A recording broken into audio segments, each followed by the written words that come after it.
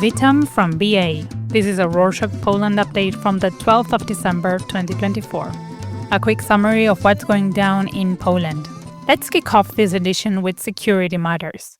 On Thursday the 5th, Donald Tusk, the Prime Minister, announced the EU's agenda for the first half of 2025, since Poland will take over the presidency of the Council of the European Union for the first half of the year. Under Poland's presidency, Tusk said the EU's number one priority will be security.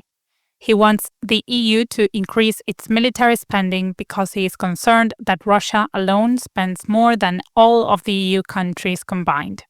He will also try to convince European leaders to rely less on the US for military equipment and build a more independent position. Moreover, he will work to empower the EU's external borders so that fewer illegal immigrants will enter the EU. On Tuesday the 10th, Tusk, as the head of the Council of the EU for 2025, announced that he would conduct several meetings with various countries to discuss how to bring peace to Ukraine. He said that he would speak with Volodymyr Zelensky, the Ukrainian president, and other European leaders, such as the German Chancellor and the Norwegian Prime Minister, as they are key figures in the EU and NATO. Tusk also added that Emmanuel Macron, the French president, would inform him about his recent meeting on Wednesday the 4th in Paris with US President-elect Donald Trump and Ukraine's Zelensky, where they discussed how to end the war between Ukraine and Russia. However, no details of this meeting have been revealed. After Donald Trump takes the presidency of the US in February, Tusk accepts the talks about peace in Ukraine to speed up and result in a ceasefire in the first half of 2025. But Ukraine is not the only country Russia has a beef with. On Thursday the 5th, Russia closed the Polish embassy in St. Petersburg in the northwest in response to Poland shutting down the Russian consulate in Poznan in western Poland. Moreover, Russia will also expel 3 Polish diplomats from their country. Radoslaw Sikorski, the Polish foreign minister, said Russia had no right to do that because Poland's closure of the Russian consulate was a response to Moscow's acts of sabotage in Poland and other countries. In late October, Polish authorities found Russia responsible for arson incidents this year. Days later, Sikorski walked out of the Organization for Security and Cooperation in Europe meeting in Malta during the speech of Sergei Lavrov, the Russian foreign minister, protesting Russia's decision to close the Polish embassy. In more news from the Polish Foreign Ministry on Tuesday the 10th, it announced that this week, Russia had destroyed 3 burial sites of Polish soldiers who died in Soviet labor camps during World War II. Recall that Soviet Russia had sent many individuals from various nationalities to labor camps in northwestern Russia during and after World War II, and at least 600 Poles died in those camps. Modern Russia had good relations with Poland when the Soviet Union collapsed and decided to build memorial sites. Meanwhile, on Friday the 6th, Andrzej Szejna, the deputy foreign minister, announced that Poland would detain Benjamin Netanyahu, the Israeli prime minister, if he entered Poland because the International Criminal Court, or ICC, found him guilty of his country's killings in Gaza.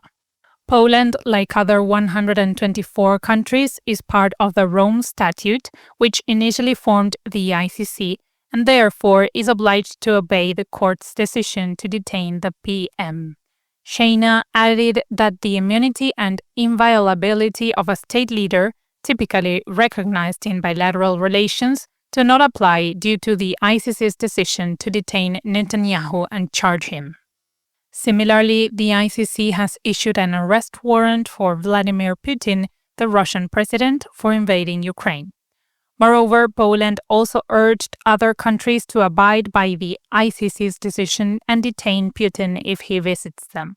On another note, on Monday the 9th, the Polish police union decided to prolong the demonstrations that they had started over low wages and encourage more police officers to participate. Last month, 10,000 police officers took sick leave at the same time to demand higher wages and better working conditions. However, at that time, the police union said that the government did not want to negotiate or take immediate action on these issues.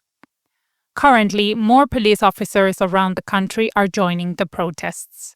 Tomasz Szymoniak, the interior minister, said that the government was working on securing funds to cover housing-related costs for the police, but this wasn't what the police were asking for. Next up, new laws. On Tuesday the 10th, the government announced it would abolish the controversial institution Central Anti-Corruption Bureau, or CBA. The CBA is a specialized government agency responsible for combating corruption and financial crimes.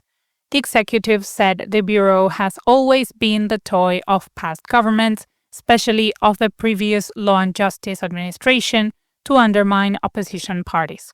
For example, Law and Justice faced accusations of using advanced spyware like Pegasus against political opponents, judges, and activists through the CBA.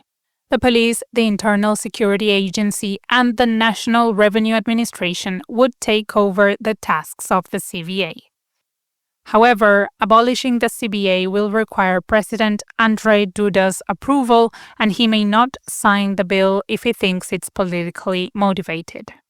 On Friday the 6th, the parliament lifted the immunity of Jarosław Kaczyński, the leader of the main opposition, the Law and Justice Party, over assault accusations.